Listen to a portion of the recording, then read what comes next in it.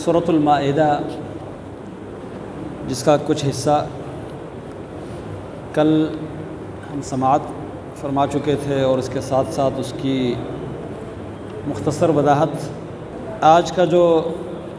حصہ باقی ہے اس میں سے ایک اللہ تبارک و تعالیٰ نے فلاح پانے کے لیے جس چیز کا ذکر فرمایا ہے وہ یہ ہے کہ اللہ تعالیٰ کے قرب کا کوئی راستہ تلاش کرو۔ یا ایھا الذین آمنوا اتقوا اللہ وابتغوا الیہ الوسیلہ، وابتغوا الیہ الوسیلہ، اللہ کی طرف قربت کا کوئی راستہ تلاش کرو۔ وسیلہ کہتے ہیں اللہ تعالیٰ کے قریب ہونے کے لیے کوئی راستہ، کوئی ذریعہ، اور اللہ کے قریب ہونے کے لیے اگر کوئی راستہ ہے، کوئی ذریعہ ہے تو وہ سب سے پہلے فرائض کی ادائیگی ہے۔ رسول اللہ صلی اللہ علیہ وسلم فرماتے ہیں کہ اللہ تعالیٰ فرماتے ہیں کہ ما تقرب الی عبدی، میرا بندہ جو میرا قرب حاصل کرتا ہے کسی اور چیز کے ذریعے میرا قرب حاصل نہیں کر سکتا جتنا فرائض کی ادائیگی کے ساتھ وہ قرب حاصل کر سکتا ہے۔ اور اسی طرح اللہ رب العالمین نے نماز کے متعلق فرمایا واسجد واقترب، سجدہ کریں اور سجدہ کر کے اللہ تعالیٰ کا قرب حاصل کریں۔ تو سجدہ یہ بھی اللہ تعالیٰ کے قرب کا ایک بہترین ذریعہ ہے۔ رسول اللہ صلی اللہ علیہ وسلم فرماتے ہیں اقرب ما یکون العبد من ربہ وہو ساجد، سب سے زیادہ بندہ اپنے رب کے قریب اس وقت ہوتا ہے جب وہ سجدے کی حالت میں ہو۔ فاکثروا من الدعاء، تو سجدے کی حالت میں فرمایا زیادہ دعائیں کیا کرو۔ ایک روایت میں ہے فاجتہدوا فی الدعاء، سجدے میں دعا کرنے میں محنت کیا کرو۔ فقمن ان یستجاب لکم، زیادہ لائق ہے کہ تمہاری دعا قبول ہو جائے۔ تو سجدہ جو ہے یہ انسان اس میں اپنے آپ کو انتہائی ذلیل، انتہائی کمتر، انتہائی بے بس ظاہر کرتا ہے اپنے رب کے سامنے۔ اور جب انسان اپنے رب کے سامنے اپنی کمزوری، اپنی بے بسی اور اپنے عاجزی کا مظاہرہ کرتا ہے، یہ عبادت کا اصل جو ہے وہ یہ ہے۔ وعبادۃ الرحمن غایۃ حبہ مع ذل عابدہ ہما قطبان، امام ابن قیم رحمہ اللہ قصیدہ نونیہ میں فرماتے ہیں کہ اللہ تعالیٰ کی عبادت جو ہے وہ اس کے ساتھ انتہائی درجے کی محبت کرنا اور اپنے آپ کو اس کے سامنے بالکل حقیر بنانا، یعنی بالکل بے بس اور کمزور، عاجز ثابت کرنا، ذلیل اور انتہائی یعنی نیچے کر کے دکھانا اللہ تعالیٰ کے سامنے، یہ ہے اللہ تعالیٰ کی عبادت۔ تو سجدے میں سب سے زیادہ انسان اللہ کے قریب اس لیے ہوتا ہے کہ اس میں عاجزی زیادہ ہوتی ہے۔ انسان کے سب سے جسم کا اعلیٰ حصہ جو انسان کا ماتھا ہے، انسان کی پیشانی ہے، یہ اللہ تبارک و تعالیٰ کے لیے انسان زمین پر لگاتا ہے، اور یہ اللہ تعالیٰ کا حق ہے، اس کے علاوہ کسی اور کا حق نہیں ہے۔ تو یہ اللہ تعالیٰ کے قرب کا سب سے بہترین ذریعہ ہے۔ اس کے علاوہ ہر صالح اور نیک عمل اللہ تعالیٰ کے قرب کا ذریعہ ہے۔ تو جب بھی انسان اللہ رب العالمین کا قرب چاہتا ہے اس کو اللہ تعالیٰ کی عبادت میں، اس کی اطاعت میں آگے بڑھنا چاہیے۔ اور اس آیات میں جو وسیلہ کا ذکر ہے، اس میں سے کچھ لوگ وسیلہ جو صرف برائے نام انہوں نے وسیلہ کا نام رکھا ہے وہ استنباط کرتے ہیں اور غلط استدلال کرتے ہیں، اور وہ یہ کہ کہتے ہیں کہ اللہ تک پہنچنے کے لیے کوئی وسیلہ ڈھونڈ لو۔ وسیلے کا مطلب کیا ہے؟ کہتے ہیں جس طرح کسی بڑے آفیسر تک پہنچنے کے لیے آپ نے نیچے والے آفیسروں کا سہارا لینا ہوتا ہے، چھت پر چڑھنے کے لیے آپ نے سیڑھی کا سہارا لینا ہوتا ہے، اسی طرح اللہ تعالیٰ کی ذات بہت عظیم ہے، اس تک ہمارا پہنچنا ممکن نہیں ہے، اس لیے اس کے لیے کوئی وسیلے ڈھونڈ لو۔ اور وسیلے کون ہے؟ کوئی فوت شدگان، کوئی نیک لوگ، صالح لوگ، اولیاء اللہ، انبیاء، ان کو پکار کے، ان کے پکار کے ذریعے اللہ تعالیٰ تمہاری جو پکار ہے وہ سنے گا۔ حالانکہ یہ بات غلط ہے۔ اللہ رب العالمین کسی کی طرح نہیں ہے، اللہ تعالیٰ کسی آفیسر کی طرح، کسی اور بڑے انسان کی طرح نہیں ہے۔ لیس کمثلہ شیء، اللہ تعالیٰ جیسا کوئی نہیں۔ اللہ رب العالمین کی صفت یہ ہے فلا تضربوا للہ الامثال، اس کے لیے مثالیں بیان نہ کرو۔ اللہ رب العالمین کسی کی طرح نہیں ہے، وہ خود کہتا ہے وَإِذَا سَأَلَكَ عِبَادِي عَنِّي فَإِنِّي قَرِيب، جب میرے بندے میرے بارے میں سوال کرتے ہیں تو میں بہت ہی قریب ہوں۔ جب وہ قریب ہے تو دور دراز سے جا کے وسیلے تلاش کرنے کی ضرورت نہیں ہے۔ ہاں یہ ہے کہ نیک عمل کے ذریعے اس کا قرب حاصل کرنے کے لیے آگے بڑھو اور اس کا قرب حاصل کرو، تو یہ وسیلہ اور یہ جائز ہے۔ تو وسیلے کی جو جائز قسمیں ہیں وہ یہ ہے کہ ایک تو انسان اللہ تعالیٰ کے پیارے پیارے ناموں کے ساتھ، اسماء حسنہ اور خوبصورت صفتوں کے ساتھ اس سے دعا مانگ لے، نبی کریم صلی اللہ علیہ وسلم بھی یہ دعا مانگا کرتے تھے، اللہم انی اسألک بأنک انت اللہ لا الہ الا انت الاحد الصمد الذی لم یلد ولم یولد ولم یکن لہ کفوا احد۔ اسی طرح اللہم انی اسألک بکل اسم هو لک سمیت به نفسک او انزلتہ فی کتابک او علمتہ احدا من خلقک او استأثرت به فی علم الغیب عندک۔ اس کے علاوہ دیگر الفاظ آپ صلی اللہ علیہ وسلم اللہ تعالیٰ کو پکارنے کے لیے، اس سے مدد مانگنے کے لیے اللہ تعالیٰ کے پیارے پیارے ناموں کا واسطہ دے کر، وسیلہ دے کر اللہ تعالیٰ سے مانگتے تھے، اور اللہ نے یہ حکم بھی دیا ہے وَلِلَّهِ الْأَسْمَاءُ الْحُسْنَى فَادْعُوهُ بِهَا۔ اللہ تعالیٰ کے پیارے پیارے نام ہیں، انہی ناموں کے ذریعے اللہ تعالیٰ سے دعا مانگو۔ اسی طرح کوئی نیک عمل اللہ تعالیٰ کے قرب کے حصول کے لیے کر کے اس کے بعد دعا مانگنا، جیسے قرآن کریم میں اللہ رب العالمین نے ایمان والوں کی دعا ذکر کی ہے، الذین یقولون ربنا اننا آمنا فاغفر لنا ذنوبنا۔ یا اللہ ہم ایمان لائے ہیں، تو اس ایمان کو وہ وسیلے کے طور پر پیش کرتے ہیں، یا اللہ ہم ایمان لائے ہیں تو ہمارے گناہوں کو بخش دے۔ تو ایمان ایک اچھا عمل ہے، صالح عمل ہے، اس کو وسیلے کے طور پر پیش کرنا۔ اور معروف حدیث آپ نے بار بار سن رکھی ہوگی، وہ 3 لوگ جو غار میں بارش سے چھپنے کے لیے بیٹھ گئے اور ان کے اوپر غار اوپر سے سلائڈنگ ہوئی، غار کا منہ بند ہو گیا، ان میں سے بھی ہر ایک نے اللہ تعالیٰ سے اپنے نیک عمل کے وسیلے سے سوال کیا، اللہ رب العالمین نے ان کی دعا قبول کر لی۔ تو اللہ رب العالمین سے اپنے نیک عمل کے وسیلے سے سوال کرنا۔ اسی طرح تیسری قسم وسیلے کی یہ ہے کہ کوئی زندہ نیک انسان ہے جس کو آپ نیک سمجھتے ہیں، اس کو آپ کہہ دیں کہ میرے لیے دعا کرے، کسی نیک انسان سے دعا کروانا، یہ ایک زندہ انسان کی دعا کا وسیلہ ہے۔ رسول اللہ صلی اللہ علیہ وسلم کے صحابہ کرام سے یہ عمل ثابت ہے۔ آپ کے صحابہ کرام نبی علیہ السلام کے دنیا سے جانے کے بعد عباس رضی اللہ عنہ جو نبی علیہ السلام کے چچا تھے، ان کے پاس آ کے عمر بن خطاب فرماتے ہیں رضی اللہ عنہ کہ آپ آ کے ہمارے لیے اللہ تعالیٰ سے بارش کی دعا مانگ لیں۔ جب اللہ کے نبی صلی اللہ علیہ وسلم زندہ تھے تو ہم آپ کے پاس جایا کرتے تھے، لیکن جب آپ نہیں ہیں تو اب آپ کے چچا ہیں، ان کے ذریعے ہم اللہ تعالیٰ سے دعا کرواتے ہیں۔ اب دیکھیں وہاں پر اللہ کے نبی صلی اللہ علیہ وسلم کی قبر موجود ہے، ابو بکر صدیق رضی اللہ عنہ کی قبر موجود ہے، مدینہ کے اندر ہے، لیکن قبر کے پاس جا کر نہیں کہتے کہ یا اللہ اس قبر کے وسیلے سے، اس بزرگ کے قبر کے وسیلے سے ہمارے اوپر بارش برسا دے۔ تو یہ وسیلہ کسی صحابی سے بھی ثابت نہیں ہے۔ اس کے بارے میں ایک من گھڑت روایت پیش کی جاتی ہے کہ عمر رضی اللہ عنہ نے نبی علیہ السلام کے قبر کے وسیلے سے اللہ سے دعا کی اور بارش ہو گئی، اور پھر عائشہ رضی اللہ عنہا نے فرمایا کہ اوپر سے جو کھڑکی ہے یہ کھول دو، آسمان اور نبی علیہ السلام کے قبر کے درمیان۔ یہ باتیں کسی صحیح مستند حوالے سے ثابت نہیں ہے۔ تو نبی کریم صلی اللہ علیہ وسلم کی قبر کا بھی وسیلہ لینا یہ صحابہ کرام سے ثابت نہیں ہے۔ زندہ انسان کا وسیلہ لینا مانا اس سے دعا کروانا، یہ وسیلے کی جائز قسمیں ہے۔ تو آیات میں جو اللہ رب العالمین نے وسیلے کا حکم دیا ہے، وہ یہ جو لوگوں نے وسیلے بنائے ہیں یہ مراد نہیں ہے، بلکہ اللہ تعالیٰ فرماتے ہیں یا ایھا الذین آمنوا اتقوا اللہ، اے ایمان والو اللہ سے ڈرو، وابتغوا الیہ الوسیلہ، اس کے قرب کے لیے کوئی راستہ تلاش کرو۔ اور وہ راستہ کیا ہو سکتا ہے؟ اس کی عبادت سے بڑھ کر، اس کی اطاعت سے بڑھ کر کوئی راستہ نہیں ہو سکتا۔ اور آگے ایک راستہ اللہ نے بتایا ہے وجاہدوا فی سبیلہ، اس کے راستے میں جہاد کرو۔ جہاد اللہ تعالیٰ کے قرب کا سب سے بہترین ذریعہ ہے، جو سب سے زیادہ انسان اللہ کے قریب کر دیتا ہے وہ جہاد کا عمل ہے، لعلکم تفلحون، تاکہ تم کامیاب ہو جاؤ۔ پھر اللہ تعالیٰ نے قیامت کے دن کفار کی حسرت بیان فرمائی ہے کہ اگر قیامت کے دن ان کے پاس زمین بھر کر سونا چاندی اور دنیا کا مال و متاع ہوتا، اور ان سے کہا جاتا کہ آپ یہ دے کے جان چھڑا دو جہنم سے، اپنے فدیے کے طور پر یہ مال خرچ کرو، تو یہ سب کچھ خرچ کرنے کے لیے تیار ہو جاتے، لیکن پھر بھی ان کو وہاں سے چھٹکارا نہ ملتا۔ ان سے پوری دنیا، مال دولت سے بڑھ کر زمین، یہ فدیے کے طور پر ان سے قبول نہ کیا جاتا، اور ان کے لیے دردناک عذاب ہے۔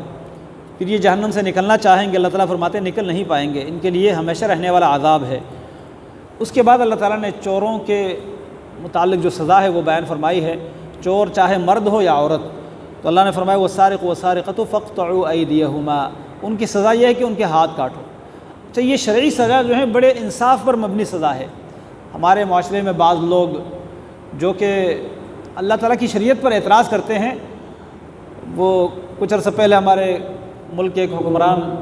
جو ابھی اللہ کے پاس چلے گئے، جو ان کے اعمال ہیں ان تک وہ پہنچ گئے،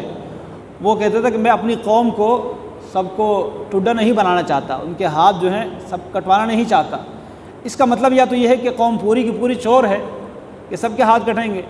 اور یا مطلب اس کا یہ ہے کہ اگر چور کا ہاتھ کٹ جائے تو تو یہ اعوذ باللہ زیادتی ہوگی، ایسی بات نہیں ہے۔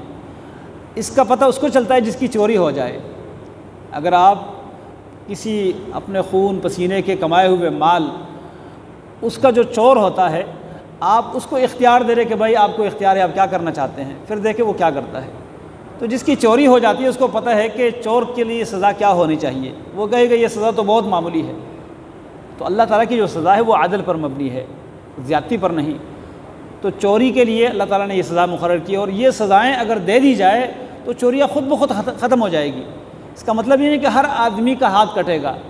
ایک آدمی کا اگر ہاتھ کٹ جائے اور ہاتھ نہ بھی کٹے، صرف اس چیز کا نظام ہو اور اس کا نفاذ ہو، تو لوگ اس نظام کو دیکھ کر چوری سے، جو اللہ تعالیٰ کے ڈر سے باز نہیں آتے، اس نظام کی وجہ سے ڈر کر باز آئیں گے، تو چوری ختم ہو جائے گی، پھر ہاتھ کسی کا نہیں کٹے گا۔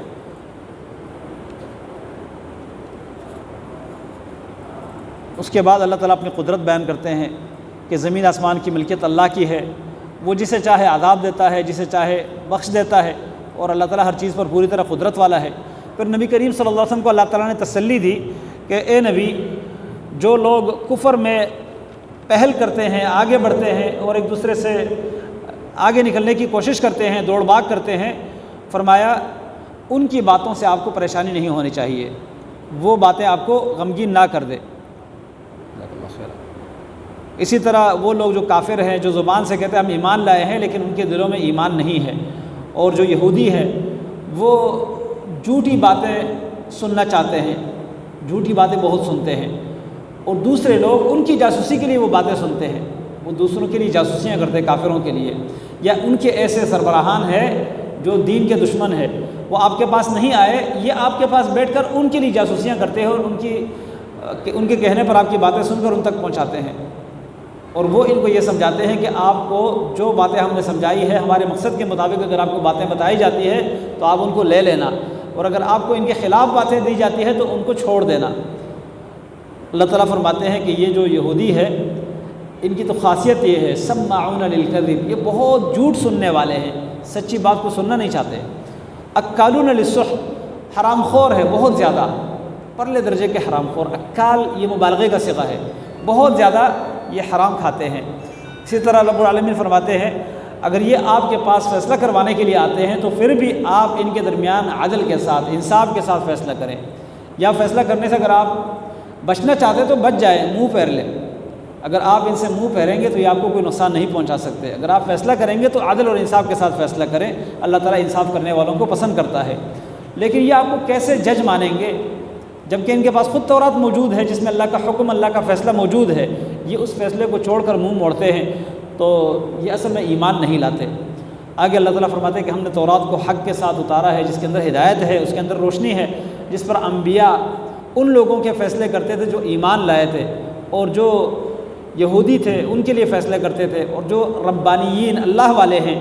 اور جو ان کے علماء ہیں وہ اس پر فیصلے کرتے تھے، اس لیے کہ ان سے اس کتاب کی حفاظت کی ذمہ داری ان کے حوالے کر دی گئی تھی، اور یہ اس بات پر گواہ ہیں۔ تو آپ لوگوں کی پرواہ نہ کرے، اللہ تعالیٰ لوگوں سے نہ ڈرے، مجھ سے ڈرے۔ فرمایا میری آیتوں کے بدلے میں توڑی قیمت وصول نہ کرے، اور جو اللہ کے نازل کردہ شریعت پر فیصلے نہیں کرتے وہ کافر ہے۔ اور آگے اللہ تعالیٰ نے فرمایا کہ اس تورات میں اللہ رب العالمین نے جو کچھ لکھا تھا اس میں یہ ہے کہ نفس کے بدلے نفس کو قتل کیا جائے گا، آنکھ کے بدلے آنکھ کو نکالا جائے گا، ناک کے بدلے ناک کو کاٹا جائے گا، کان کے بدلے کان کو کاٹا جائے گا، اور دانت بھی یہ بھی بدلے، جتنے دانت گرائے گئے ہیں، توڑے گئے ہیں، اتنے ہی دانت اس کے بدلے میں قصاص کے طور پر توڑے جائیں گے، اور باقی جو زخم ہیں وہ بھی قصاص پر ہے، مطلب ان کو بھی قصاص کے طور پر وہ زخم اتنے ہی لگیں گے۔ آگے رب العالمین نے فرمایا فمن تصدق به، جو ان زخموں کے ساتھ یا کسی قتل کے ساتھ صدقہ کرے۔ صدقہ مطلب کیا ہے؟ یعنی اس کو زخم لگ گیا، اس کا ہاتھ توڑا گیا، آنکھ پھوڑ دی گئی، کان کاٹ دیا گیا، کوئی زخم لگایا گیا اور وہ اس کو صدقہ کر کے اللہ کے لیے معاف کر دیتا ہے، تو اللہ تعالیٰ فرماتے ہیں فہو کفارۃ اللہ، یہ اس کے گناہوں کی معافی کا سبب ہے، اللہ تعالیٰ اس سے اس کے گناہوں کو معاف کر دے گا۔ اور جو اللہ تعالیٰ کے نازل کردہ شریعت پر فیصلے نہیں کرتے وہ ظالم ہیں۔ اس کے بعد اللہ تعالیٰ فرماتے ہیں ہم نے موسیٰ علیہ السلام کے بعد، عیسیٰ علیہ السلام کو بھیج دیا، اور وہ بھی تورات کی تصدیق کرنے والے تھے، ان کو ہم نے انجیل دی، اس میں ہدایت اور روشنی تھی، جو کہ اس سے پہلے والی شریعتوں کے وہ تصدیق کرنے والے تھے۔ فرمایا اس میں بھی ہدایت اور نصیحت ہے متقیوں کے لیے۔ پھر اللہ نے اعلان کیا کہ انجیل والے اس پر فیصلہ کرے کہ جو ان کی طرف اللہ نے اتارا ہے، اس زمانے میں اللہ تعالیٰ نے یہ حکم دیا ہے، اور جو اللہ کے نازل کردہ نظام پر فیصلے نہیں کرتے وہ اللہ تعالیٰ کے حکم سے نکلنے والے ہیں، فاسق ہے۔ آگے رب العالمین نے پھر مزید قرآن کریم کے متعلق فرمایا کہ ہم نے آپ کی طرف بھی کتاب اتاری ہے جو پچھلی کتابوں کی تصدیق کرنے والی کتاب ہے اور ان کی حفاظت کرنے والی کتاب ہے۔ جو قرآن کو مانے گا دراصل وہ پچھلی کتابوں کو ماننے کا حق ادا کرے گا، اور جو قرآن کو نہیں مانتا تو اس کا مطلب ہے وہ پچھلی کتابوں کو نہیں مانتا، اس لیے کہ پچھلی کتابوں میں اس قرآن کی خوشخبری دی گئی ہے۔ جب آپ کو مثلاً آپ کے والد کہتے ہیں کہ آپ اپنے بھائی کی بات مانیں، مثال آپ کے والد آپ کو کہتے ہیں کہ آپ اپنے فلاں بھائی کی بات مانیں، اور آپ کہتے ہیں میں اس بھائی کی بات نہیں مانتا، تو اس کا مطلب یہ ہے کہ آپ نے اپنے باپ کی بات ٹکرا دی۔ تو اللہ رب العالمین نے تورات میں، انجیل میں محمد صلی اللہ علیہ وسلم کے ماننے کا، آپ پر ایمان لانے کا، آپ کے ساتھ تعاون کرنے اور آپ کے ساتھ کھڑے ہونے کا وعدہ اللہ نے انبیاء سے لیا ہے، اور جو شخص اللہ کے نبی محمد صلی اللہ علیہ وسلم کی نبوت کو پاتا ہے اور آپ پر ایمان نہیں لاتا، آپ کو سچا نبی نہیں مانتا، آپ کی حمایت نہیں کرتا، آپ کا ساتھ نہیں دیتا، اس کا مطلب کیا ہے کہ وہ نہ تورات کو مانتا ہے نہ انجیل کو مانتا ہے۔ آگے اللہ تعالیٰ فرماتے ہیں کہ آپ ان کے درمیان اسی پر فیصلے کریں جو اللہ نے اتارا ہے، اور ان کے خواہش کی پیروی نہ کریں، آپ کو ان کے خواہش کی باتیں کہیں حق سے نہ پھیرے۔ ہر نبی، ہر امت کے لیے اللہ تعالیٰ فرماتے ہیں ہم نے ایک شریعت مقرر کی ہے، ایک طریقہ مقرر کیا ہے۔ اگر اللہ تعالیٰ چاہتا تو ان سب کو ایک ہی امت بنا کے اللہ تعالیٰ اکٹھا کرتا، لیکن اللہ تعالیٰ بعض کو بعض کے ذریعے آزماتا ہے، بعض کو منکر بنا کر، کافر بنا کر، بعض کو مومن اور موحد بنا کر، یہ آزمائش ہے۔ اللہ تعالیٰ فرماتے ہیں فاستبقوا الخیرات، خیر کے کاموں میں ایک دوسرے سے آگے بڑھو،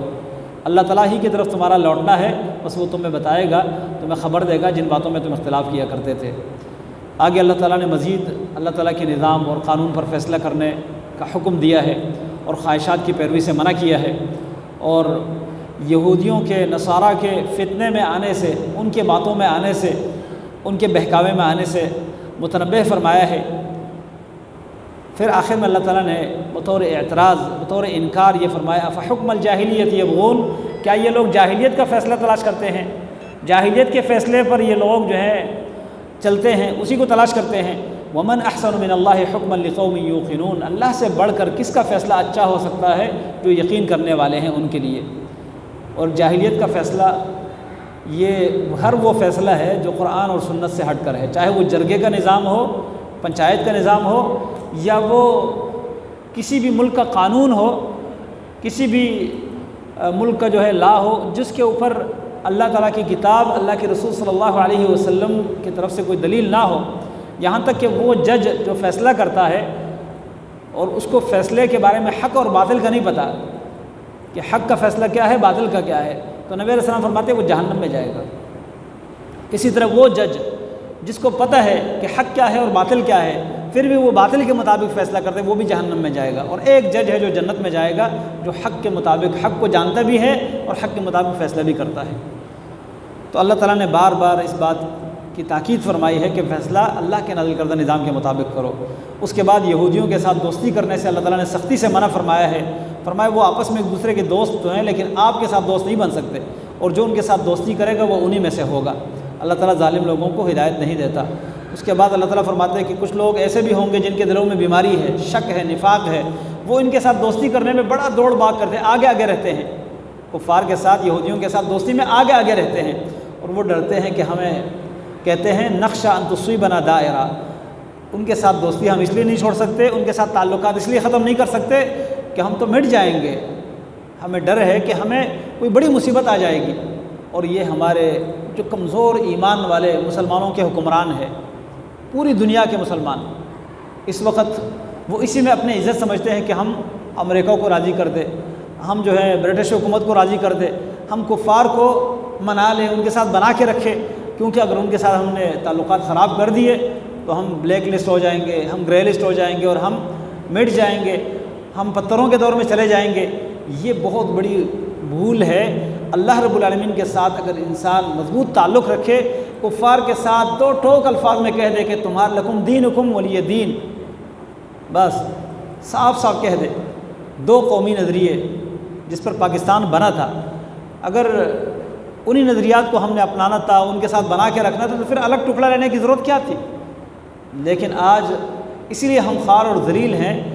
کہ ہم ان سے بھیک مانگتے ہیں کہ جی آپ بس ہم سے راضی رہیں، باقی کوئی بات نہیں. قوم کو ناراض کر دیتے ہیں، ملک کو تباہ کر دیتے ہیں، لیکن ان کو راضی کرنے کے لیے سب کچھ کرنے کو ہم تیار ہیں. یہی ہماری تباہی کی بنیاد ہے. اور اللہ تعالیٰ فرماتے ہیں کچھ لوگ آپ کو نظر آئیں گے یسارعون فیہم، جو کفار کے ساتھ، یہودیوں کے ساتھ دوستی میں بہت آگے آگے رہتے ہیں. اور وجہ کیا بیان کرتے ہیں؟ یقولون نخشى ان تصیبنا دائرہ، ہمیں ڈر ہے کہ ہمیں کوئی مصیبت پہنچ جائے گی. اللہ تعالیٰ فرماتے ہیں فعسى اللہ ان یأتی بالفتح وامر من عنده، قریب ہے کہ اللہ رب العالمین فتح لے آئے یا کوئی فیصلہ لے آئے اپنی طرف سے. فیصبحوا علی ما اسروا فی انفسهم نادمین، تو جو انہوں نے اپنے دلوں میں باتیں چھپائی تھی اس پر یہ پچھتائیں گے. تو یہ بات یقینی ہے کہ کفار کے ساتھ دوستی میں مسلمانوں کو کبھی بھی کوئی کامیابی نہیں ملی، ان کے ساتھ دشمنی میں کامیابی ضرور ملی ہے. آپ نے دیکھ لیا افغانستان میں بڑے کمزور، بے بس اور بے تعلیم لوگ، جن کو ہم بالکل دنیا کے پرلے درجے کے کمزور بے تعلیم لوگ سمجھتے تھے، وہ تسلیم نہیں ہوئے امریکہ کے لیے. امریکہ تمام اپنے اتحادیوں کو لے کر آیا، ہر طرح وسائل کو لے کر آیا، لیکن وہ لوگ مقابلے میں ڈٹے رہے. میں یہ نہیں کہتا کہ وہ 100% جو ہے وہ انہوں نے اسلام نافذ کیا اور اسلام کے لیے وہ انہوں نے سب کچھ کیا، لیکن کفار کے ساتھ دشمنی کرتے ہوئے ان کو اللہ نے عزت دے دی، ان کو اللہ تعالیٰ نے آزادی دے دی. لیکن ہم ان کو راضی کرنے کے لیے اتنا کچھ کرتے ہیں، اپنا ملک قربان کر دیتے ہیں، اپنے عوام کو قربان کر دیتے ہیں، ٹیکسز کا بوجھ اپنے عوام کے اوپر ڈال دیتے ہیں، پھر بھی IMF ہم سے راضی نہیں ہوتا. یہودی اور نصارہ ہم سے راضی نہیں ہوتے، ان کے جو عالمی ادارے ہیں وہ ہم سے خوش نہیں ہیں. ان کے نقطے، ان کے اعتراضات، ان کے پوائنٹ پھر بھی ایک ایک کر کے ان کے پوائنٹ ہم نے پورے کر دیے، اس کے باوجود وہ ہم پر اعتماد نہیں کرتے اور ہم ان سے آزاد بھی نہیں ہیں. تو اصل آزادی اگر ہم چاہتے ہیں، ان کے ساتھ کھلم کھلا جو ہے اعلان جنگ کرنا ہوگا، دشمنی کرنی ہوگی. تو اللہ تبارک و تعالیٰ فرماتے ہیں کہ جب اللہ کوئی فتح لے آتا ہے تو پھر یہ لوگ اپنے کیے ہوئے پر پچھتائیں گے. اور پھر یہ اللہ تعالیٰ فرماتے ہیں کہ ایمان والوں کے بارے میں یہ کہتے ہیں وَيَقُولُ الَّذِينَ آمَنُوا هَؤُلَاءِ الَّذِينَ أَقْسَمُوا بِاللَّهِ جَهْدَ أَيْمَانِهِمْ إِنَّهُمْ لَمَعَكُمْ. ایمان والوں کو پھر بعد میں پتہ چلے گا، وہ کہیں گے کہ یہ وہ لوگ تھے جو ہمارے ساتھ ہونے کا دعویٰ کرتے تھے اور قسمیں کھا کھا کے کہتے تھے کہ ہم تمہارے ساتھ ہیں. اللہ تعالیٰ فرماتے ہیں ان کے تو اعمال برباد، مومن کہیں گے کہ ان کے تو اعمال برباد ہو گئے اور یہ نقصان اٹھانے والے ہیں. آگے اللہ تعالیٰ نے مرتد لوگوں کا انجام بیان کیا ہے کہ جو اپنے دین سے پھر گیا، اللہ تعالیٰ ان کو ختم کر کے اور لوگوں کو لے آئے گا. ایسے لوگوں کو لے آئے گا جو اللہ سے محبت کریں گے، اللہ ان سے محبت کرے گا. اور فرمایا یہ ایمان والوں کے لیے نرم ہوں گے، کفار کے لیے سخت ہوں گے. اللہ کے راستے میں جہاد کریں گے، کسی ملامت کرنے والے کی ملامتی سے نہیں ڈریں گے. اللہ تعالیٰ فرماتے ہیں یہ جس کے اندر آ جائے یہ صفت، اللہ کے لیے کسی کی ملامتی سے نہ ڈرنا، اللہ کے راستے میں جہاد کرنا، مومنوں کے لیے نرم ہونا، کافروں کے لیے سخت ہونا. فرمایا ذالک فضل اللہ، یہ اللہ کی مہربانی ہے، یؤتیہ من یشاء، جسے چاہے دے دیتا ہے. واللہ واسع علیم، اللہ کشادگی پیدا کرنے والا اور ہر چیز کو جاننے والا ہے. پھر اللہ تعالیٰ نے ایمان والوں کو یاد دلائی ہے کہ تمہارا دوست کون ہے. انما ولیکم اللہ ورسولہ، تمہارا دوست تو اللہ ہے، اللہ کے رسول ہے. والذین آمنوا، ایمان والے ہیں. کون سے ایمان والے؟ صرف زبان سے دعویٰ کرنے والے؟ فرمائے نہیں. الذین یقیمون الصلاۃ، وہ ایمان والے جو نمازی ہے، نماز پابندی سے پڑھتے ہیں. وہ یؤتون الزکوٰۃ، اور زکوٰۃ ادا کرتے ہیں. وہم راکعون، اور وہ رکوع کرتے ہیں، یا رکوع سے مراد اللہ کے سامنے جھکتے ہیں. ومن یتول اللہ ورسولہ، جو اللہ اور رسول سے دوستی لگائے. والذین آمنوا، ایمان والوں سے دوستی لگائے. فإن حزب اللہ هم الغالبون، یہ اللہ کا گروہ ہے اور اللہ کا گروہ کامیاب ہو کر رہے گا. آگے اللہ تعالیٰ نے مزید اللہ کے دین کا مذاق اڑانے والے، ان کے ساتھ دوستی کرنے سے منع کیا ہے اور کفار کے ساتھ دوستی کرنے سے منع کیا ہے. مزید ان کے کفر کے جو مختلف نمونے ہیں وہ اللہ نے بیان کیے ہیں کہ یہ تمہارے اذان کا مذاق اڑاتے ہیں، تمہارے دین کا مذاق اڑاتے ہیں، دین کے شعائر کا مذاق اڑاتے ہیں، تو ان کے ساتھ دوستی ہو سکتی ہے. پھر اللہ رب العالمین نے اہل کتاب کو مخاطب کر کے بیان فرمایا کہ تم صرف اس وجہ سے ضد کرتے ہو، اس وجہ سے تمہیں چڑ ہے کہ ہم ایمان لائے ہیں. ایمان والوں کو اللہ نے کہا کہ آپ یہودیوں سے کہہ دو کہ تم اس لیے ہم سے چڑھتے ہو کہ ہم ایمان لائے ہو اللہ پر، اور اللہ نے جو ہماری طرف اتارا ہے تمہاری طرف اتارا ہے اس پر ہم ایمان لائے ہیں، اور تمہارے اکثر جو ہیں وہ اللہ تعالیٰ کے احکام کو توڑنے والے ہیں۔ لیکن فرمایا اگر تم اس بات سے چڑھتے ہو تو اس سے زیادہ بدترین چیز ہم تمہیں بتا دیتے ہیں، وہ یہ ہے جو اللہ تعالیٰ کے ہاں بدلے کے لحاظ سے بدترین ہے۔ وہ کیا ہے؟ جن پر اللہ نے لعنت کر دی ہے، ان پر اللہ تعالیٰ کو غصہ آیا ہے، اور اللہ تعالیٰ نے ان میں سے بندر اور خنزیر بنا دیے ہیں، اور طاغوت کے عبادت کرنے والے، شیطان کی عبادت کرنے والے بنا دیے ہیں۔ یہ بدترین مرتبے والے اور بدترین گمراہ ہے سیدھی راہ سے۔ اس کے بعد اللہ تعالیٰ یہودیوں میں سے جو منافق تھے ان کا ذکر کیا ہے کہ ان کا آپ کے ساتھ آ کر انداز گفتگو الگ ہوتا ہے، اور جب باقی اپنے بڑوں کے پاس جاتے ہیں تو الگ انداز ہوتا ہے ان کے گفتگو کا۔ اسی طرح گناہ کے کام میں، زیادتی اور تجاوز کے کام میں، سود کھانے میں، فرمایا یہ بہت آگے ہیں، ایک دوسرے سے آگے بڑھتے ہیں، بہت برا ہے جو یہ کرتے ہیں۔ اللہ تعالیٰ فرماتے ہیں کہ ان کے جو اللہ والے ہیں، ان کے علماء ہیں، وہ ان کو جھوٹی باتوں سے، سود کھانے سے منع کیوں نہیں کرتے؟ یعنی علماء کی اور دیندار لوگوں کی یہ ذمہ داری بنتی ہے کہ وہ اپنے عوام کو جھوٹ بولنے سے اور سود کھانے سے منع کرے، یعنی ہر طرح کی برائی سے منع کرنا یہ ان لوگوں کی ذمہ داری ہے جو اہل دین ہے۔ تو ان کے دیندار لوگوں نے ان کو منع کیوں نہیں کیا؟ اللہ تعالیٰ فرماتے ہیں کیونکہ ان کے دیندار تو اپنے مفادات کے خاطر ان کو کچھ کہہ نہیں سکتے تھے۔ یہ سود کھاتے تھے، وہ کہتے کھانے دے، ہمیں تو اپنا حصہ مل رہا ہے نا، اگر ان کو منع کریں گے تو ہم سے ناراض ہو جائیں گے، ہمیں کچھ دیں گے نہیں۔ اور آج ہمارے زمانے میں شاہ ولی اللہ دہلوی رحمہ اللہ فرماتے ہیں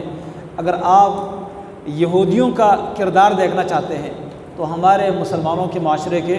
باطل پرست مولویوں کو دیکھو، وہ حق ظاہر نہیں کرتے اس لیے کہ اگر حق ظاہر کریں گے ان کے پیٹ کا کام نہیں چلے گا۔ اور اگر نصارہ کے کردار کو دیکھنا چاہتے ہیں تو ہمارے امت کے عوام، جو جاہل عوام ہیں، ان کو دیکھو کہ ان کو بہکایا گیا ہے، ان کے اوپر مختلف قسم کے مراقبے، مشقتیں اور پتہ نہیں کیا کیا اعمال رکھ دیے گئے ہیں، اور وہ کرتے ہیں، پیسے بھی خرچ کرتے ہیں، وقت بھی لگاتے ہیں، لیکن وہ سب کچھ رائیگاں ہیں۔ تو ہمارے معاشرے میں، مسلمانوں میں، یہودیوں کا کردار بھی آپ کو ملے گا اور نصارہ کا کردار بھی آپ کو ملے گا۔ اس کے بعد رب العالمین نے یہودیوں کی گستاخیاں بیان کرتے ہوئے یہاں تک فرمایا کہ یہ تو اتنے ظالم ہے کہ یہ اللہ تعالیٰ کی گستاخی تک بھی کرتے ہیں۔ اللہ کے بارے میں یہ کہتے تھے ید اللہ مغلولہ، اللہ تعالیٰ نے فرمایا کہ اللہ کے نام پہ قرض دو، قرض حسنہ، مطلب اللہ کے نام پہ مال خرچ کرو۔ انہوں نے کیا کہا کہ اللہ تعالیٰ غریب ہو گیا، اعوذ باللہ، اللہ فقیر ہو گیا اور ہم تو مالدار ہیں، اللہ ہم سے مانگتا ہے، انا للہ و انا الیہ راجعون، اور کہنے لگے ید اللہ مغلولہ، اللہ کا ہاتھ بند ہے، اللہ تعالیٰ ہم سے کہتے ہیں کہ خرچ کرو۔ اللہ تعالیٰ فرماتے غلت ایدیہم، ان کے ہاتھ جکڑ دیے جائے، یہ بد دعا ہے، ولعنوا بما قالوا، ان کے کہنے کی وجہ سے ان کو اللہ کی رحمت سے دور کر دیا گیا ہے،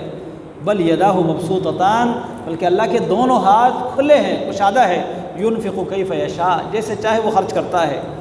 وَلَيَزِيدَنَّ كَثِيرًا مِّنْهُم مَّا أُنزِلَ إِلَيْكَ مِن رَّبِّكَ طُغْيَانًا وَكُفْرًا،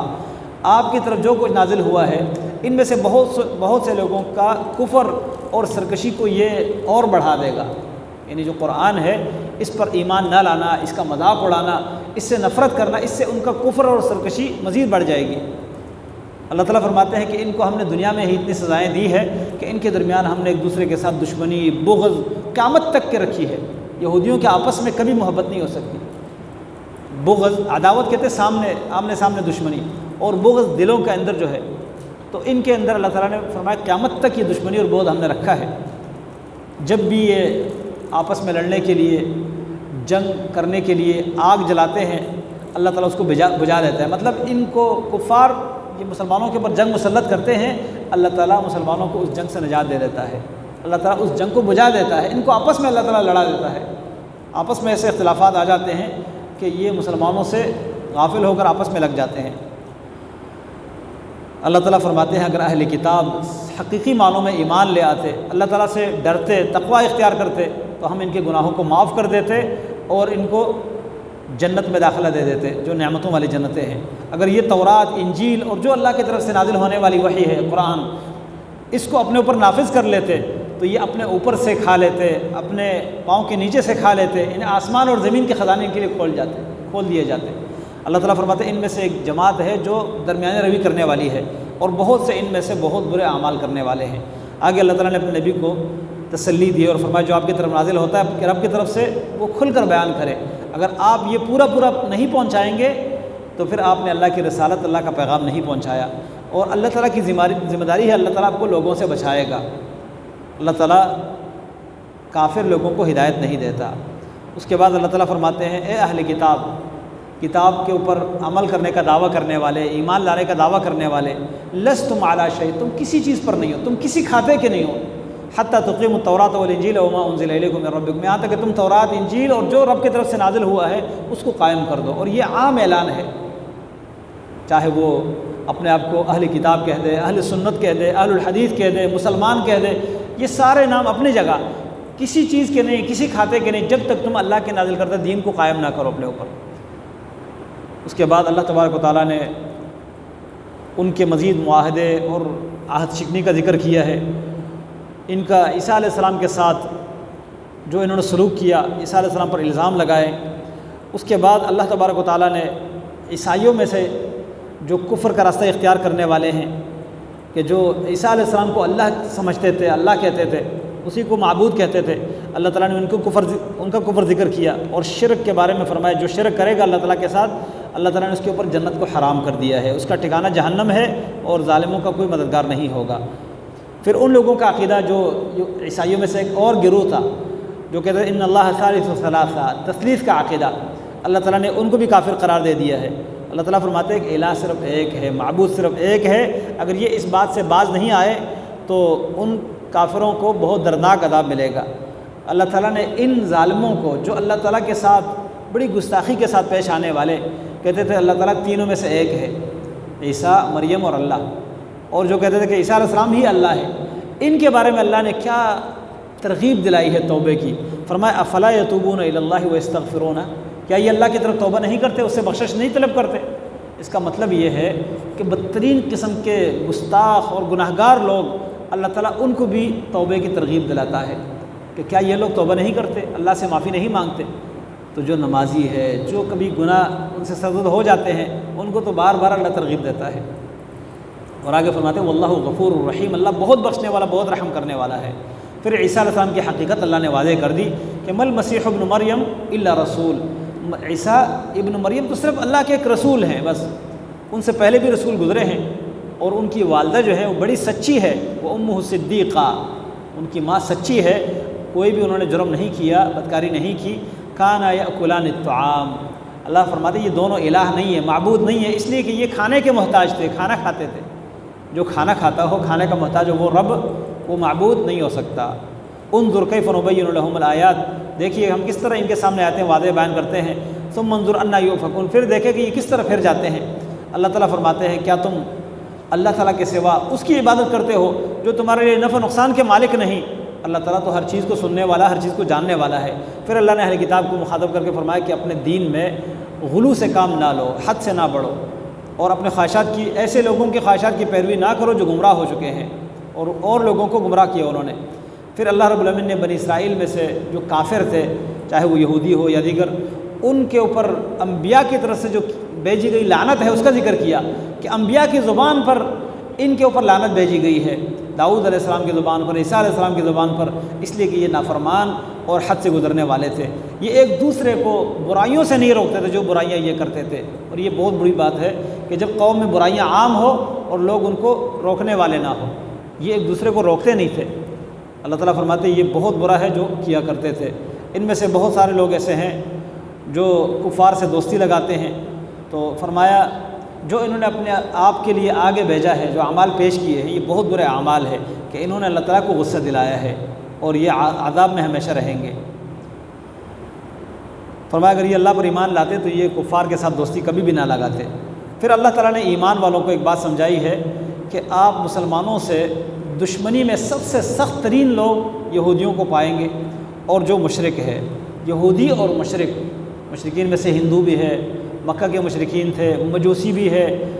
آتش پرست، یہ سب اللہ تعالیٰ کے ساتھ شرک کرنے والے ہیں.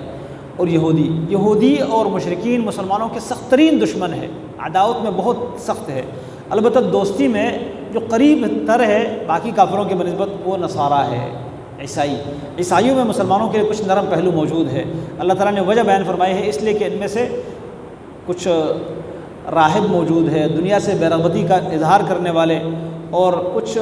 اللہ رب العالمین کی عبادت کے لیے اپنے آپ کو وقف کرنے والے، اور یہ تکبر نہیں کرتے۔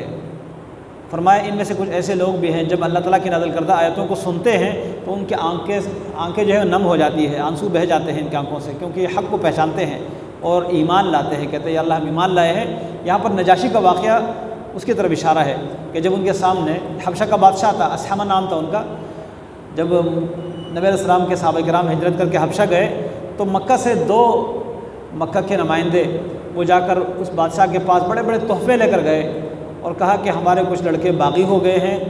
قوم سے انہوں نے بغاوت کا راستہ اختیار کر کے آپ کے پاس انہوں نے پناہ لی ہے، تو ہمیں پتہ ہے کہ آپ جو ہے باغیوں کو پناہ نہیں دیتے اور یہ ہمارے طرف سے آپ کے لیے ہدیے ہیں، تحفے ہیں، تو آپ ان کو ہمارے ساتھ واپس بھیج دیں۔ اسحمہ نے کہا ٹھیک ہے میں پتہ کرتا ہوں۔ ان کو بلایا تو صحابہ کرام نے اپنا بڑا جو ہے وہ جعفر کو بنایا، جعفر ابن ابی طالب، نبی علیہ السلام کا کزن ہے، چچا کا بیٹا ہے۔ جعفر ابن ابی طالب رضی اللہ عنہ نے جب اسحمہ نجاشی کے سامنے جا کر بات کی کہ بھائی ہم ان سے باغی نہیں ہیں، ہم تو ایک نبی پر ایمان لائے ہیں اور وہ نبی جو ہے ان کی یہ دعوت ہے، تو وہ دعوت پیش کر لی، قرآن کریم کی آیتیں اور خاص کر سورۃ مریم کی ابتدائی آیات کی تلاوت کی جس میں عیسیٰ علیہ السلام کی پیدائش کا ذکر ہے، مریم علیہ السلام کی پاک دامنی کا ذکر ہے، تو وہ سنتے سنتے رو پڑا اسحمہ نجاشی، اور اس کے بعد ایمان لایا اور کہا کہ آپ ایسی جگہ پر آئے ہیں یہاں پر آپ پر کوئی بھی تجاوز نہیں کر سکتا، آپ پر ہاتھ نہیں اٹھا سکتا، اور ان کو کہا کہ یہ آپ اپنے ہدیے واپس لے جاؤ، مجھے آپ کے ہدیوں کی ضرورت نہیں ہے، چلے جاؤ یہاں سے، ان کو واپس کر دیا۔ بہرحال یہ صحابی اسحمہ نجاشی تابعی ہے کیونکہ نبی علیہ السلام کو دیکھا نہیں ہے، نبی علیہ السلام کے پاس آ نہیں سکا۔ جب یہ فوت ہوا تو نبی علیہ السلام اس وقت مدینے میں تھے اور آپ نے صحابہ کرام کو خبر دی کہ آج اللہ کا ایک نیک بندہ فوت ہوا ہے، تو پھر اس کی غائبانہ نماز جنازہ آپ نے ادا کر لی۔ تو یہ واقعہ اس کی طرف اشارہ ہے، اور اللہ تعالیٰ سے دعا کر کے پھر انہوں نے اپنے ایمان کا اظہار کیا، اللہ تعالیٰ نے ان کو بہترین بدلہ دیا، جو جنتیں ہیں ان میں یہ ہمیشہ رہیں گے۔ پھر آگے اللہ رب العالمین نے مزید کچھ رسم و رواج جو مشرکین کے تھے جنہوں نے اپنے اوپر مختلف چیزیں حرام کر دی تھی، ان حرام کردہ چیزوں کا ذکر کیا، اور ساتھ ساتھ اگر کوئی انسان اپنے اوپر کسی چیز کو حرام کر دے بطور قسم کھا کر، تو اللہ نے قسم کے کفارے کا ذکر کیا۔ قسم جو ہے اس کی حفاظت کا بھی اللہ نے حکم دیا ہے، اور قسم کی حفاظت کا مطلب یا تو یہ ہے کہ بے جا قسمیں نہ کھائی جائے، اور دوسرا یہ ہے کہ کوئی قسم کھائے تو قسم کی لاج رکھ لے، اس کی پاسداری کر لے، اور اگر قسم کھائے اور اس کو توڑ دے تو اس کا کفارہ یہ ہے کہ یا تو کسی غلام کو آزاد کر دے، یا 10 مسکینوں کو کھانا کھلا دے، یا 10 مسکینوں کو کپڑے دے دے۔ کھانا ایک ٹائم کا کھانا جو درمیانہ کھانا کھایا جاتا ہے کسی کے گھر میں، اسی حساب سے، کوئی زیادہ اعلیٰ کھانا بھی نہ اور بالکل کمزور کھانا بھی نہ، جو روٹین کا کھانا بنتا ہے اس میں سے درمیانہ قسم کا کھانا 10 مسکینوں کو ایک ٹائم کا، یہ قسم کا کفارہ ہے۔ اگر یہ نہیں دینا چاہتا تو اختیار ہے، 10 مسکینوں کو رواج کے مطابق، شلوار قمیص ہے، پینٹ شرٹ ہے، جو بھی تہبند اور چادر ہے، یہ جہاں پر جو کپڑا رائج ہے وہ کپڑا دے دے۔ اور اگر ان دونوں کی طاقت نہیں ہے، نہ کپڑے دے سکتا ہے نہ کھانا کھلا سکتا ہے، کمزور ہے ہمارے لحاظ سے، پھر اس کے بعد 3 دن روزے ہیں، 3 دن مسلسل، بیچ میں ناغہ نہیں کرنا، یہ قسم کا کفارہ ہے۔ اس کے بعد اللہ تعالیٰ نے یہودیوں کے مزید ان کے جو کچھ قباحتیں ہیں، ان کا برا کردار انبیاء کے ساتھ، محمد صلی اللہ علیہ وسلم کے ساتھ، پھر ان سے پہلے موسیٰ علیہ السلام کے ساتھ، اس کا ذکر کیا، دنیا کی زندگی کے ساتھ بہت زیادہ محبت اور بہت حرص، اس کا ذکر کیا، اور اس کے بعد مزید آگے مکہ کے مشرکین کے کچھ رسم و رواج اللہ نے بیان کیے ہیں جو انشاءاللہ آئندہ بیان کیے جائیں گے۔ سبحانک اللہم و بحمدک، اشہد ان لا الہ الا انت، استغفرک و اتوب الیک۔